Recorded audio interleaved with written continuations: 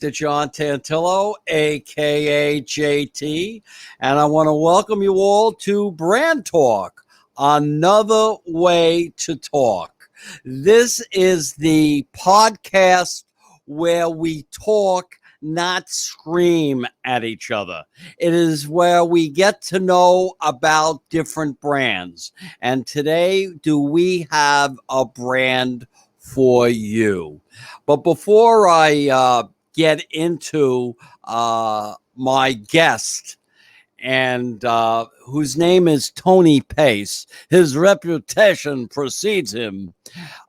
He is a great brand. I just wanted to remind you of a few things. First of all, we did brand power today, and you should check out my website and my Twitter feed on the clip that we did regarding Aunt Jemima and Uncle Ben's, and it should be streaming, okay, the entire weekend on Newsmax. So you're going to be seeing that, which is music to my ears. And then what we're going to do is, of course, do this wonderful interview. And what can I say? And don't worry, Tony, the bio just came through. So we got nothing to, in fact, worry about. What I'm really excited about, I got on the phone. By the way, you're listening to BrandTalkk, another way to talk, with my guest today, Tony Pace. And my name, of course, is Dr. John Tantillo, aka JT. And we talk about brands here. And we're gonna. What I did was actually a friend of mine who I was in politics with. And don't tell anybody that I was a liberal Democrat, because I have all these Republican friends now, and I really shouldn't. And we're not going to talk about politics in the segment when I get with Tony. So I don't want Tony to get nervous. But anyway. I was a liberal Democrat, and I was talking to my liberal Democrat friend, Gary, and he gave me a great idea how Trump can, a brilliant tactic that Trump can use that will blow everybody's mind away. And I know he's going to love it. It's so Trumpian. It should go... It should be really funny. But anyway, if you're interested in that, I'm going to write it up tomorrow and Saturday, send it over to my editor, hopefully on Saturday, and then get it back Sunday so I can send it over to Newsmax. And when they want to publish it, anybody knows. And then, of course, I'll let the cyberspace or the cyber world take it on, but I know it will get some traction. So anyway, enough of that falderall. Let's talk a little bit about my first guest. Tony Pace brings hilarious musical comedy skills, dead-on impressions, crazy characters, an amazing endless supply of explosive raw energy, and one of the most incredible serious voices to every stage around the world. And by the way, I can attest to that. I love this show. I'm one of those. I got a man crush on this guy. But let me continue. Let me not spoil the bio here. He's live electrifying and hailed as the ultimate performer and trademarked as the man with the voice who just happens to be funny. So much for the question about what's his brand. I mean, this guy's done all my work for me here.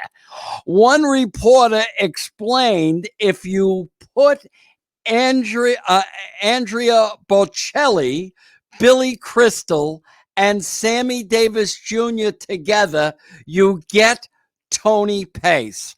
And with that, I can't believe we were able to book him, Julian. But without any further ado, let's welcome Tony Pace. Oh Tony, my God! Thank you so much. That was awesome. So whose bio was that? I have no idea. Let me first of all. Oh, there you go. There you go. Oh, and he looks even more handsome on StreamYard. Awesome, You know what I awesome. mean? There you go. The thing that if I'm a frustrated entertainer. I wanted to be a performer. I wanted to be a performer, but my parents wouldn't allow it. You know what I'm saying? Bad boy, bad boy. You can't do that. You got to go to school. No, you gotta have something to back you up. Yes, you got to have something to back you up. So I really got to back up. I decided to get a PhD there you go. in psychology so that I could figure out my parents and get through that maze and their family relatives. And then do some self-help. But what I want to say is that I was always very attracted to impersonators. I loved impressionists, right? And I would do impressions. But I never went anywhere because I never put an act together. I never did any of that stuff. Sure. But it's something that I admire. But here's something. A friend of mine by the name of Carrie Hoffman, who is an agent and manager, told me a few years ago that just doing if you're simply an impressionist, right, that is not cool anymore. You got to do what you do. You got to do the song and dance, and I'd like you to respond to that. There's impersonations nowadays. You can go on YouTube and you will find thousands upon thousands of young and old people that do impersonations. You go on all of these actors and actresses. They go on these talk shows and they're all doing impersonations. That in itself is cool. But the problem is you can't go up there. You have to have a show. You hit the nail in the head. You've got to have a show, and right. It has to be a format that is going to keep everybody's interest throughout. And one of the things that I have always been very cognizant of, 20 years ago, the attention span of the public in front of us, the audience, 25 years ago, it was 3 minutes. The attention span was 3 minutes and 28 seconds. Today, the attention span is 1 minute and 38 seconds. Wow. So from a point of the impersonation standpoint, just doing impersonation after impersonation after impersonation is not enough nowadays. You have to give them a variety. Yes. I'm thinking about. I can see the smoke. That out. I can see the smoke. I mean, one of my favorites was Jack Benny. Now, cut that out. I love absolutely. Jack Benny. Yeah. And I mean, you say that to kids. Who's Jack Benny? Absolutely. And that's, that's the other thing is throughout my, and I've been at this for over 40 years. All of these artists have come and gone. Yes. It takes so long to develop an artist, and we develop them, and then all of a sudden, it just kind of falls out of favor, and it's gone. That work that you've done is gone. Yes, and there nowadays, if I go on stage and for example, I love, my favorite is Jimmy Stewart. Oh, yes. I love Jimmy Stewart. And part of the problem is, most who knows Jimmy Stewart? Most, they don't know. So what I have to do is figure out, because I've got an audience that ranges from 7 years old to 94. and then some. I have to figure out how to work something that's going to apply to all. So how do I get a Jimmy Stewart in there? I have Jimmy Stewart singing "The Trailer Park Girls Go Round the Outside, Round the Outside, Round the Outside." Now, Trailer Park Girls go round the outside, and so I'm combining, the music of the '90s, '80s, sometimes '70s. Right. Sometimes it's music of today with an older character, and vice versa. So we have to be creative and innovative in everything we do. Yeah.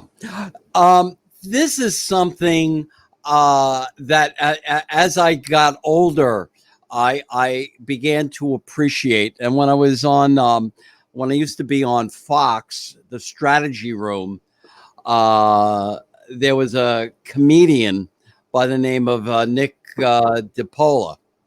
And Nick, he and I got along really well. Right. He knew who his demographic was. Right. He Exactly. knew that it was men, guys between the ages of 15 and 25. Right. He knew that.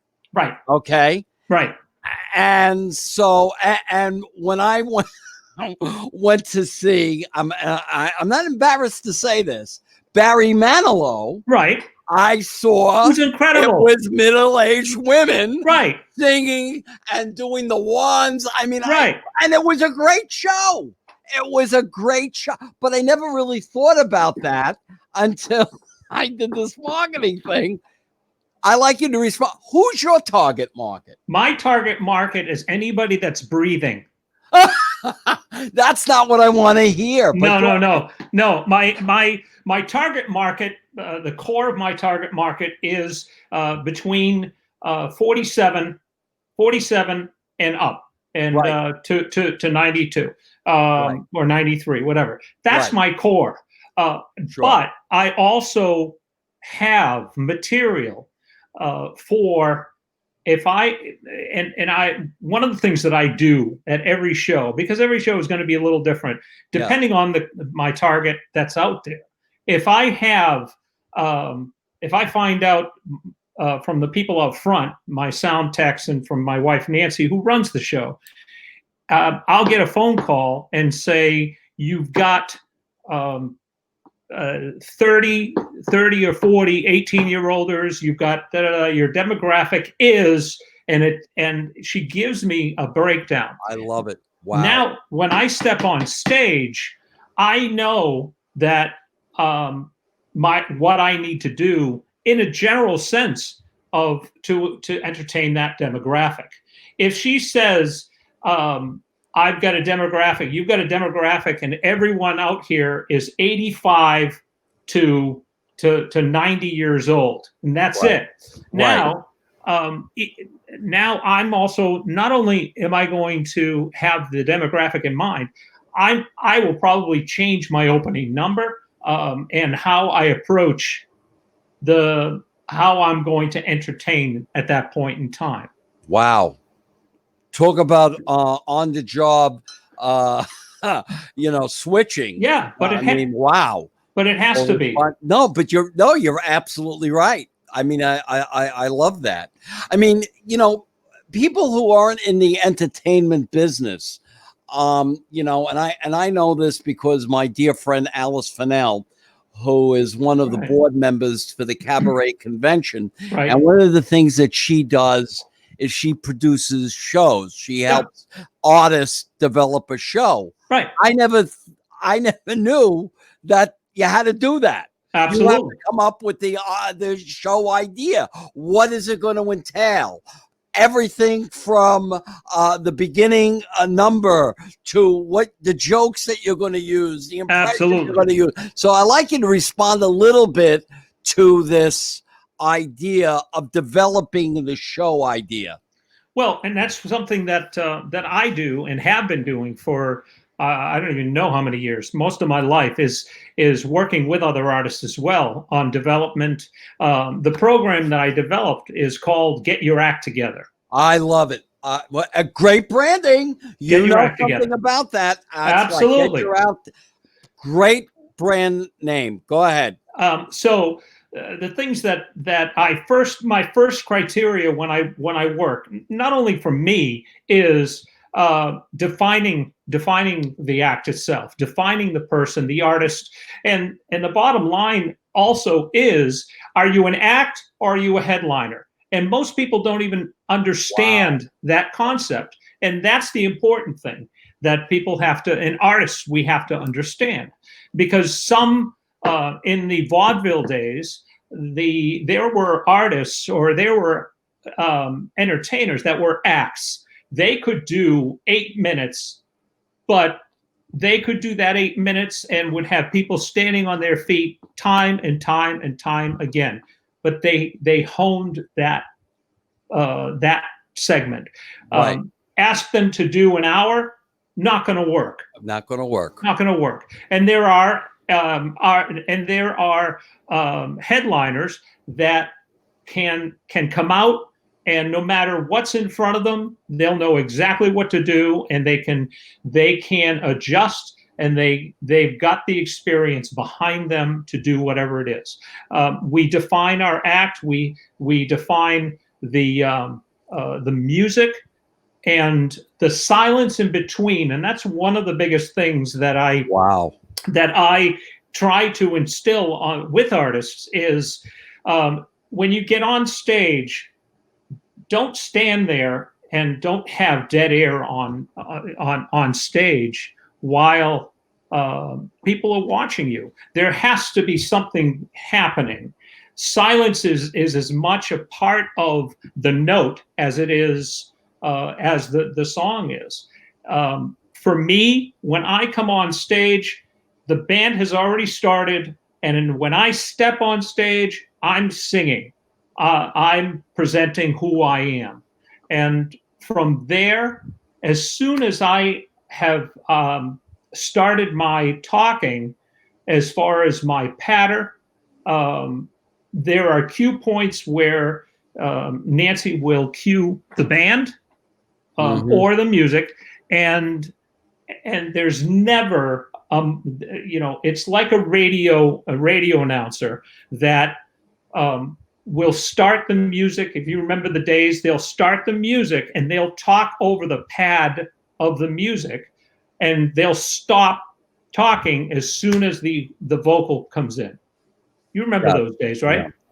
That's what I do. For me, that's what works. That's one of my strengths. And Yes. those are all very important. There's so much more. I mean, I even go into the key of the songs when I'm doing certain songs, the tempos, and setting up for the experience, because I know uh, certain beats per minute. You keep things going, moving, and it works for the flow of the music and the artistry. For me, other artists are doing different methods. You're right. Right. You're listening to Tony Pace, entertainer par excellence, on Brand Talk, which is another way to talk. And I'm really having an enjoyable conversation.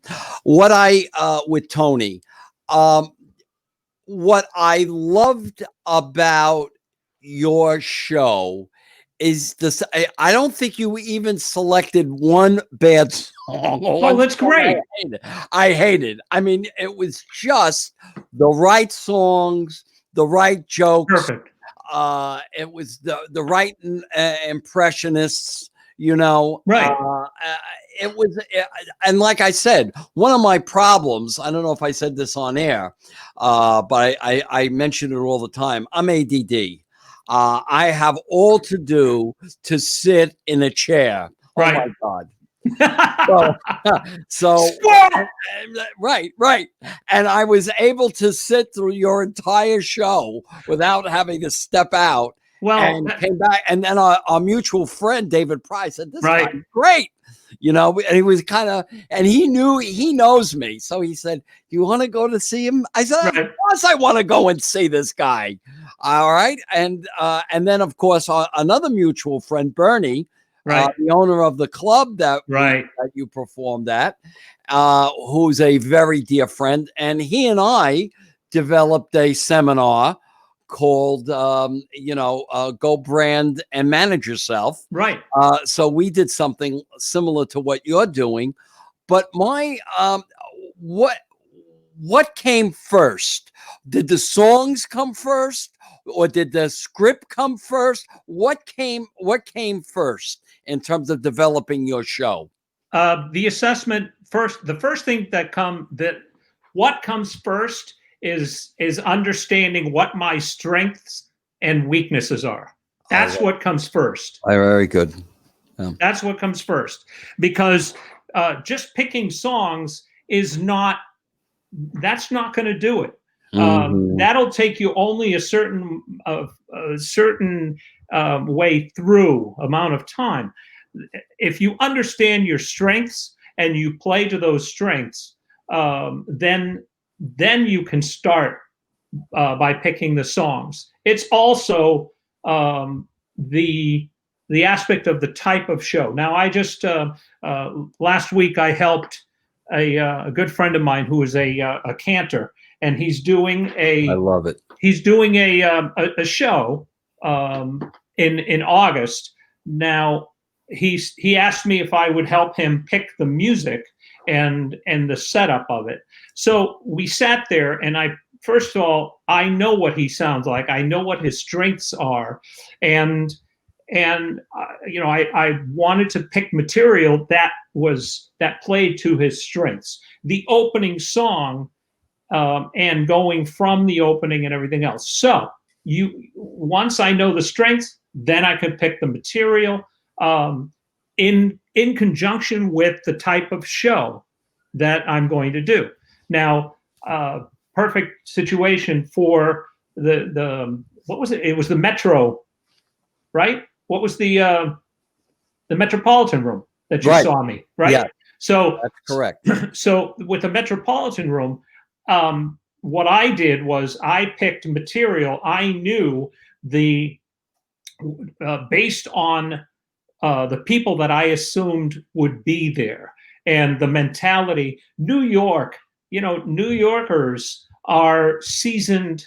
No question about it. Extremely seasoned, and what I would do in Vegas, I would not do in New York. Yeah. I hope. Let's see if I can do this. If I could say this without offending the person. Go ahead. But this was a problem where I had a friend who did a famous all-star singer, and he Right. wanted to come to New York to do it. Right. And I'm not going to mention who Okay. it was. I'm That's going fine. over to the couch, Yeah. All right. And I ran it past Bernie, Sure. and Bernie said, that's not going to play No. well here. No. Okay. Sinatra and interpreters don't play as well Right. in New York City, and Right. I know 5 of them. Right. Okay, and where they play is New Jersey. They play in perhaps Las Vegas. Well, the Rat Pack. Right. The Rat Pack would that played well in Vegas. Right. Would never make it in New York. And people say, you got to come to New York. Would there be 4 people there to do Right. it? You would never.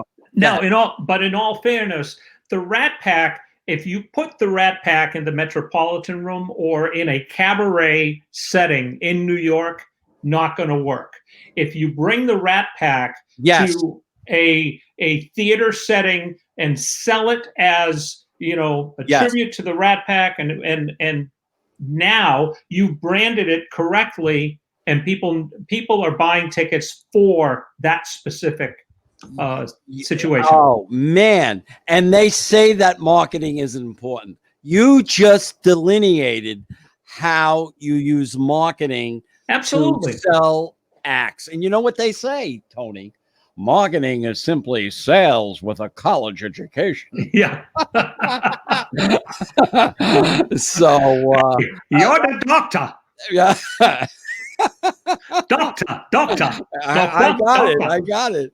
So how did you get into this thing? What were you did your mother say to me, say to you what my mother said to me? No, you can't take Oh, piano absolutely. lessons. Absolutely. No. Actually, being Italian, we Welcome were, to the club. hey, how you Welcome. doing? I'll make How you you an doing? offer. You come refuse. How you doing? No, my How mother, you doing? how you doing? My mother, my mother and father always wanted us to get at least a musical education of some sort. And as an Italian, I took the instrument that is synonymous with Italy. And my first instrument was the accordion.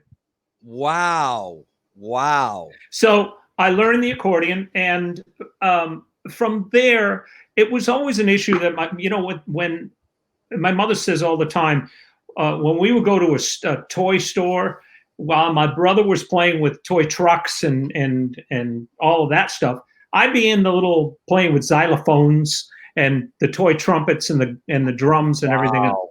So that music has always been a part of who I am and what I always wanted to do. I learned to play from the accordion. I learned to play the guitar, the piano. And I remember there was a point being 10, 12, 13. We lived in a neighborhood where there were a lot of young kids, and they called me the Pied Piper because when the neighborhood was quiet, they knew, all the parents knew that the kids were all around me and I was playing guitar. Wow. And they would go, yeah, he's with Anthony.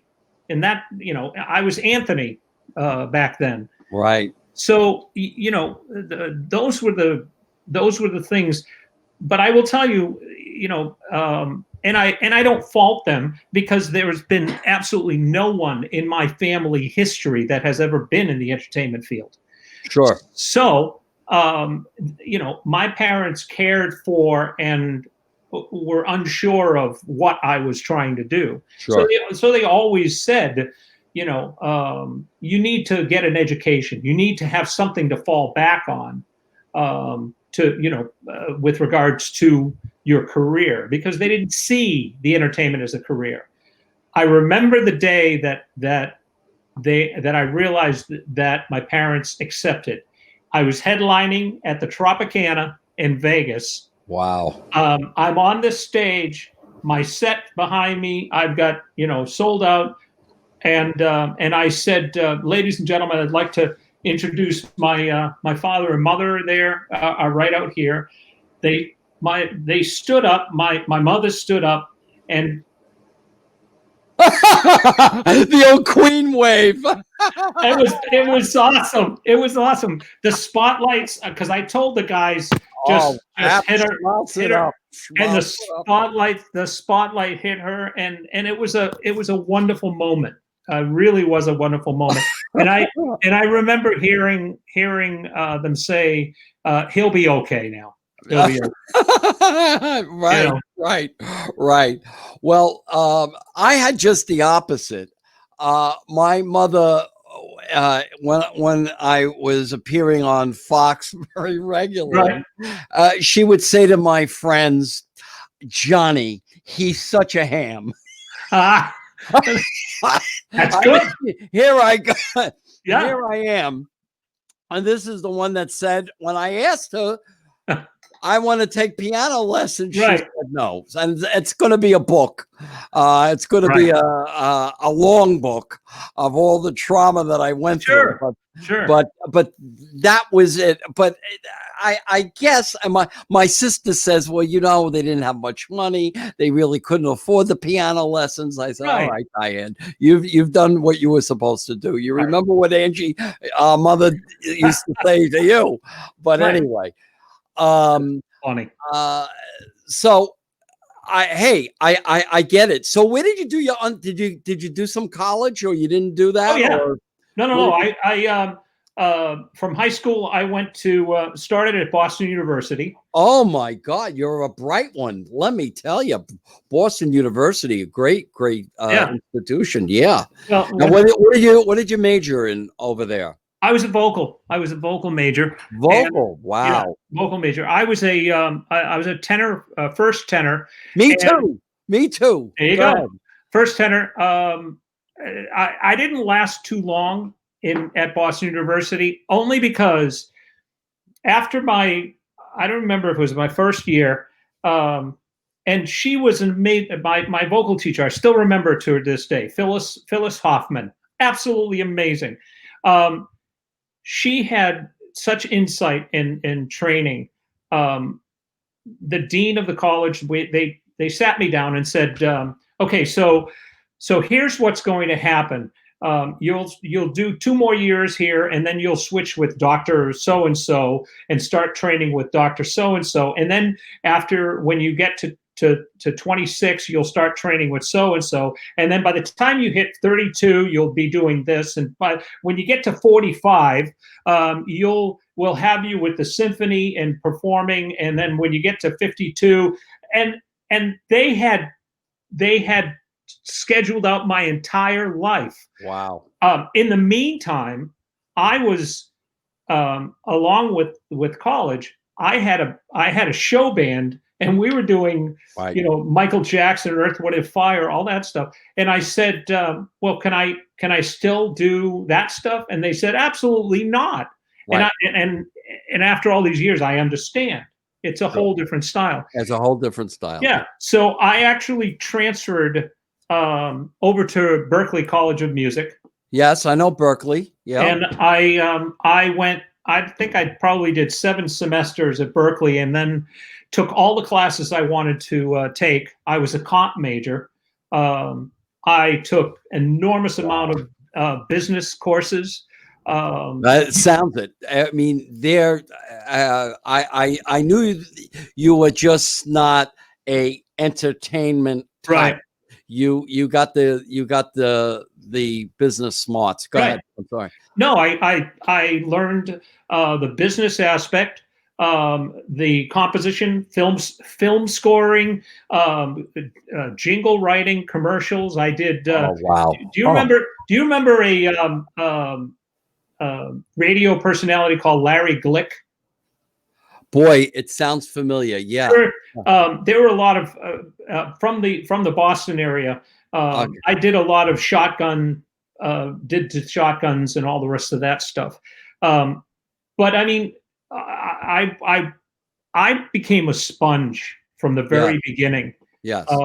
And I mean, even around 84, the market just drastically changed. And that's one thing that you understand.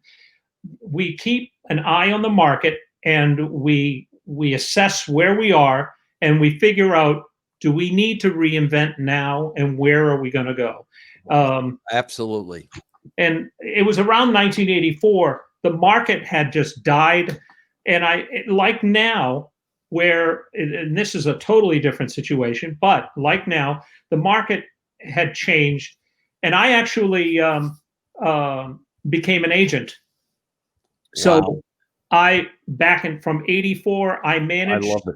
I managed artists. I produced. I did all that stuff, and it was the best thing I had ever done, because now, as an artist, I understood from both sides of the fence. And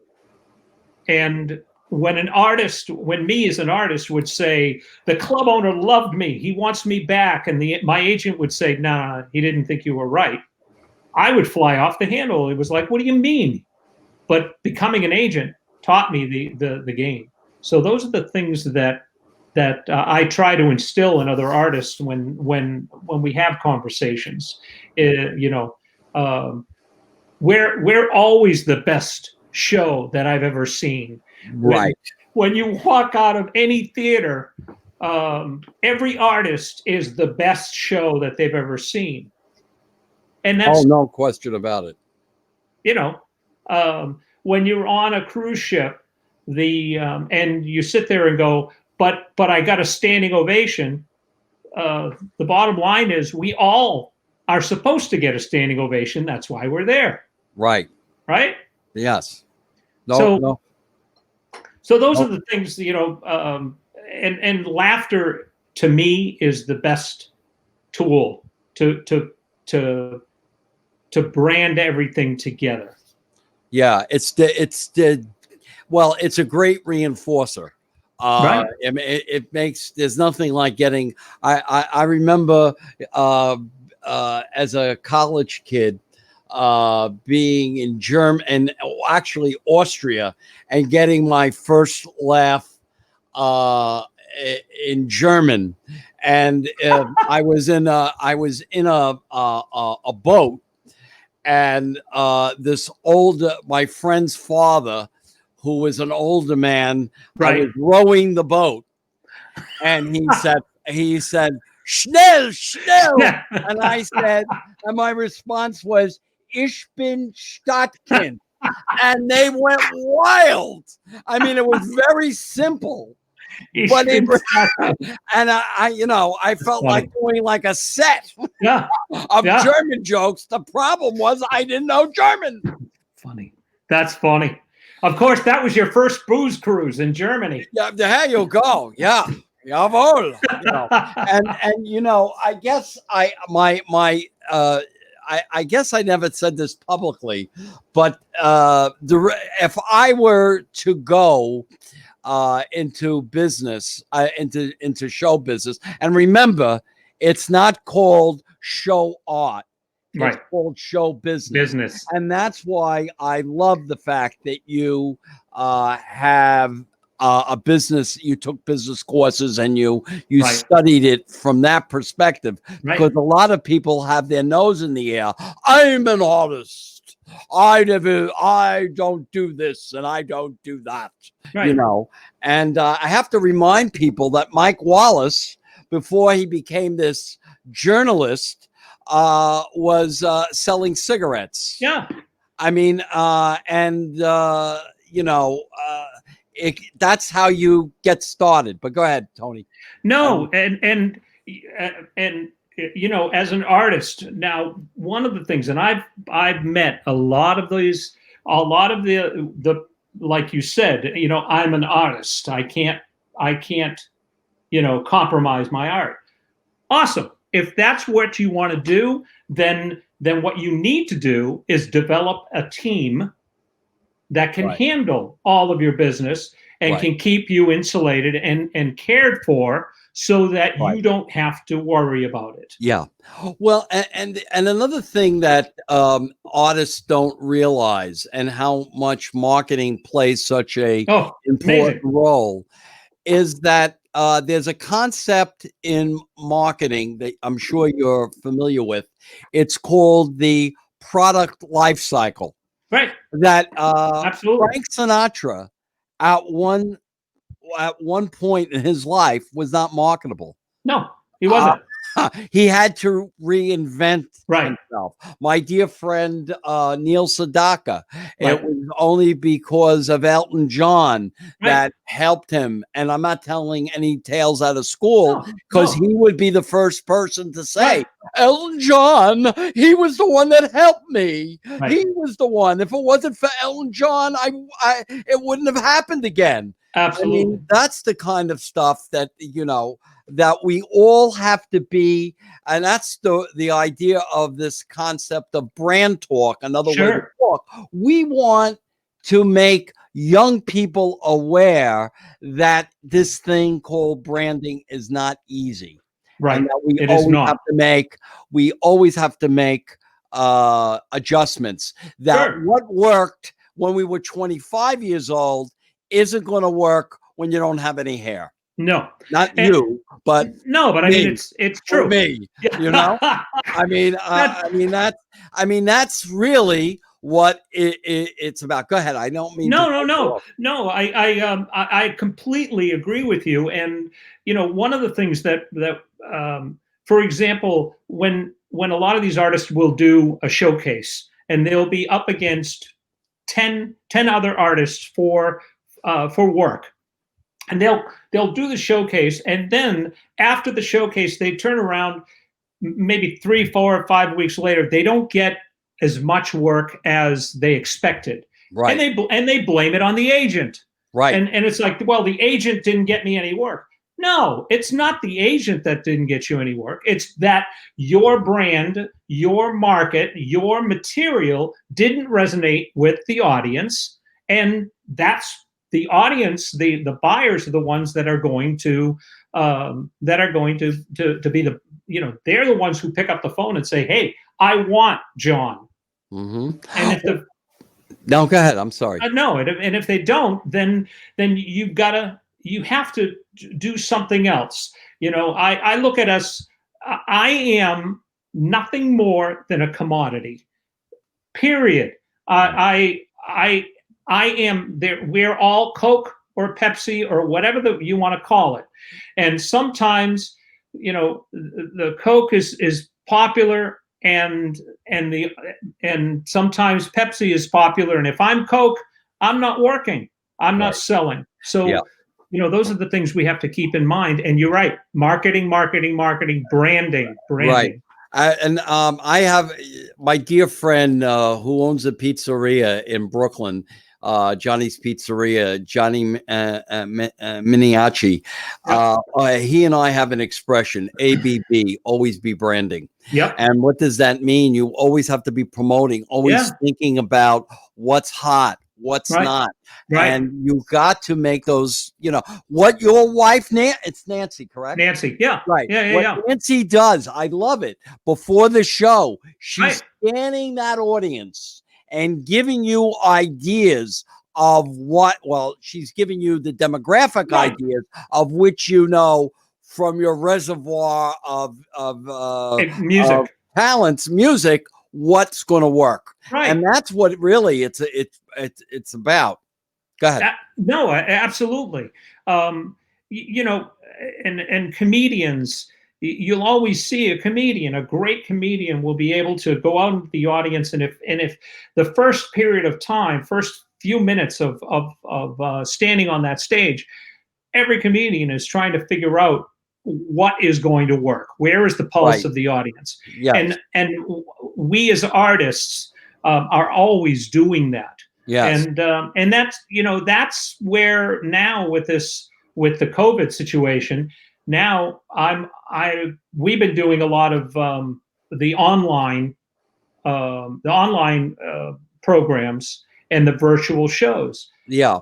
Are you getting compensated for that, or is it how are you working that out? Well, for the shows that are official shows I'm being sold to a country club or whatever, yes, I'm being Smart. compensated. It's never going to be No, anywhere no, no, no. near, I get it. but at the same time, and I'm writing an article on this topic is. Part of the problem that we're facing as artists now is that there is a devaluation of our talents as Yes. an artist. Our talents, because of the COVID, or in conjunction, there have been a lot of artists that have been out there doing and giving their talents to the public and to the world, and now there's this perception that what we should be doing is doing it for free. And Right. this is our profession. This is how we make a living. Right.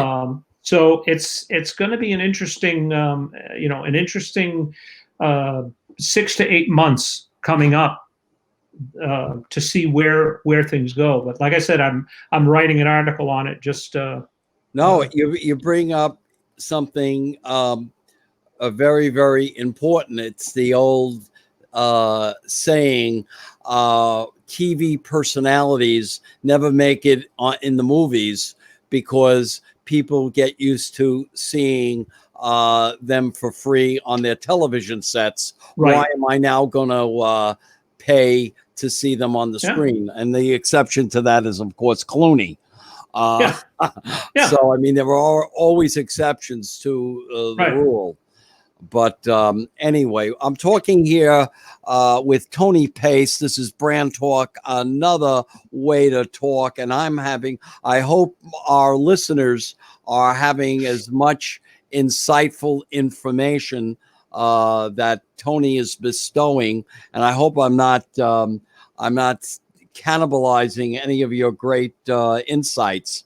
But I have a question. You brought something up um, uh, earlier in the interview about the silence, and what you Sure. don't want to do is you don't want the silence. And one of my favorite comedians, Jack Benny, Yes. just used that pregnant silent Absolutely. pause, and there's once again the exception to the rule. I mean, just him looking, Right. your money or your life. The guy's got a gun to his chest, Right. and he's waiting. And I said, your money or your life. I'm thinking about Yeah. it. I mean, just Thinking. go ahead. No. You're right. I'm thinking. And he was and even all of those artists back then, again, they used silence as Yes. for a purpose. It wasn't just something that was there to fill up the time because they don't know what to say or what to do, but there was a purpose. There was a purpose. Exactly. That's a very good point. That should be underscored. There can't be silence. Must have a purpose. It must not be purposeless. Right. In other words, you can't allow the circumstances to make the silence part of the act. Right. And Jack Benny, along all of the greats, if you study how they did this and how they used silence, even though there was a silence, there was a gesture, there was a facial, something was happening, and this again, that silence was used as a tool, and those are the things that I hold near and dear as far as how I do my shows. Yeah. Let me ask you, who were your some of your influences? I know you liked Jimmy Stewart. Jimmy Stewart. Yeah. But who else kind of influence, what you don't want to do is you don't want to sing like Sinatra. You want to be your own, you have your own voice. Right. I mean, so who influenced you, and who do you think you're more like? That's a pretty good question. Yeah, it is. And for me, part of, I studied like Kenny Loggins. I loved Kenny Loggins' style, vocal style. Michael Jackson, Andrea Bocelli, Mel Torme. Really? Oh God, yeah. His vocal style. Again, Sammy Davis. You're naming the greats. Go ahead. I listened and I studied all of their styles, how they presented themselves, what they did, how they sang, their phrasing, and everything else. Yes. And we, as artists, we take on and we learn from all of these masters. And then once you've got a good base of tools, then you develop your own style. You know, that's why when, for example, Prince, I'm trying to think of the what's his face? Oh God, I'm sorry, I just drew a blank. It happens. It happens. The current artist, Bruno Mars. Bruno Mars. Bruno Mars. Okay, I love Bruno Mars. Absolutely. I put the word on the street. Excuse me. I put the word on the street. I wanted to meet him, and then my friend said, "Good luck. That's not going to happen." Oh God. But if you look at, and he's I would be really surprised if somebody said, Bruno Mars, who's your influence, and Prince was not at the top of that. I agree. I agree. And that's what you see with a lot of artists, is their influences, and their original style is a culmination of a great number of other artists that that they've come in contact with through the years and through their lives. Yeah. But the ones that I've mentioned, one of the other things that I lived in California. I lived in Los Angeles, and I actually used to tune back in the 90s. I tuned vocals for these major artists. I would sit there in a studio on an SSL board and tune the vocals. I heard Whitney Houston's raw vocal, absolutely flawless. She was an amazing. Sure. Oh yeah. You know, on her. Yeah. There's so much talent out there. A lot of which the general public will never get a chance to, the mass public will never get a chance to see or to hear. And it's unfortunate, but we are now in the best time for any artist. No. That I didn't put the do not disturb. I put it on. No, that's all right. Morning, but that's okay. But this is what happened. I'm sorry. So Whitney Houston, you were. No, what I was saying is we are in such a rich environment for new artists to put out their music and to be heard, but it takes the branding. It takes going viral. No question about it. No question about it. Yeah. Well, see, in a lot of ways, if you are sophisticated from a tactical social media perspective, sure. And you're at it every day for 7 to 10 hours a day doing it, right? You can make some inroads that you never did before. Sure. And I have a dear friend of mine who who is currently a makeup artist. His name is Brian Champagne, right. And Brian Champagne is one of the renowned makeup artists. And what he did is has now over 1 million Instagram followers. Wow! It took him, I think, it was 4 years, right? 10 hours a day, 7 days a week to do that. Right. But now the fruits of his labor. Right. And it takes that kind of retweeting, sharing, absolutely, and all of that networking, that if you do it the right way, I mean, and here we go. In music, it's all about the mix. Absolutely. I mean, it's all about the mix. Right. I mean, I can't say anything more about it. You know this better than I know this.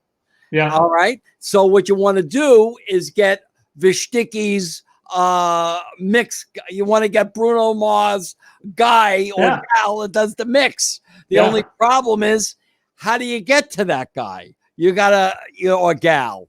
Right. Go ahead. No, I was, in actual fact, I was blessed with um, my good friend Rob Shirelli, who is the best out there. He's got more Grammys, and I would swear that every day of the year he's got something on the top 40 chart that he's mixed.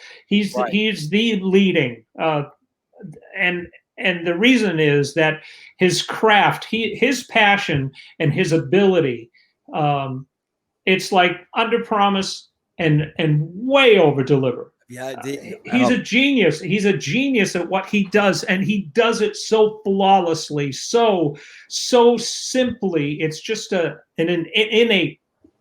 Mhm. It just kind of flows through what he Right. hears and what he creates. I couldn't. He will forget more than I will ever know. Isn't it? I mean, I still get excited. I mean, my friend Alice, who I mentioned earlier, Right. I still get excited about meeting personalities. Yeah. She says, Right. and it's not personalities that I'm excited about. Right. I'm excited about talent.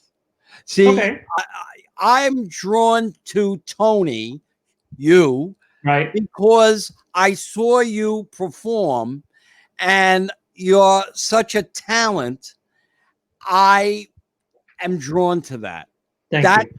that's what I'm attracted I to. appreciate that. I And appreciate it. I'm not just saying this. But that's what is very, very attracted to me. Right.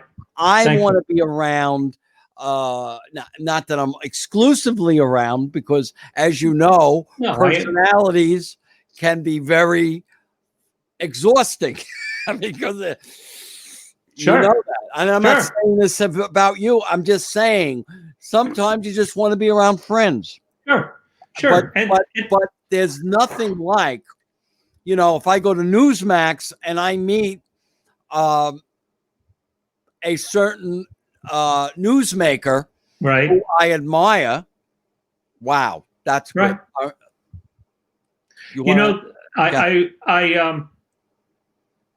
I've had I've been given the grace of being able to meet a lot of idols that I have, and Sure. I say jokingly even on stage, and some of them I wish I hadn't met, Yes, that because happens. Yes. yeah, because you have this such a thought, a projection of who these people are. We've placed them on a pedestal, and when we meet them, it's just not the same thing. But that leaves me to one, and I just before we go any further, I got to say that the one thing that makes us as artists and brands are our fans. The Yes. people that follow us, Touche. and I have been blessed. I still have um, friends and those who have followed me for 40 years. They were there at the first show, and I they're love it. still there. And I couldn't be any more lucky as an artist and just as a human being that I have such passionate and such amazing people that not only like me for what I do, but they they like me for who I am, and what I represent as Right. a human being, um, and that is the package. That's the important thing, because ultimately, I wake up every day, and my goal is to leave every day a little bit better than I found it. Well, that's great. Tony, we only got another about minute and a half. And with that said, uh, where can we find you? What are you doing? What do you want to promote? What is it you like to say? Well, like everybody else, and all of us as entertainers, the majority of us, I should say, we've all lost work. I still continue to get cancellations throughout, and whether I'm going to step on a stage this year or not, it remains to be seen. But you know, um, when that door closes or until that door opens, I've been working with other entertainers Sure. with the program, and with, get your act together, and working towards helping them retool and get ready for when it does open up. Um, you know, without getting political, and I've heard you many times with everything. Get me in trouble. Go That's ahead. all right. No, no. Ultimately, and I'm right there with you. I'm hoping that this amazing country just kind of comes together, Me um, too. and heals and figures out the direction that we need to be in. This experiment has been going on for over 200 years, and I pray to God that it continues. Because I've traveled the world and I've seen all the other places, Sure. and I It know what doesn't we've got. compare. I agree. I I know agree. what we've got. Well, listen, Tony, is there a website? TonyPace.com, That TonyPace.com. we're going to have all of that on our links. So don't, we're going to promote the heck out of this. Thank you. And I just want to thank you, and please give my love to Nancy. One Thank of you. these days, I can't wait to meet her, and Absolutely. we'll do that.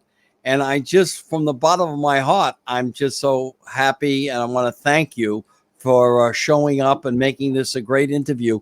You really helped our listeners develop their brand, and thank you so much. Thank you for doing and being out there helping us all as well. You've Well, got a thanks. great service. Thank you. Okay, thank you. And this is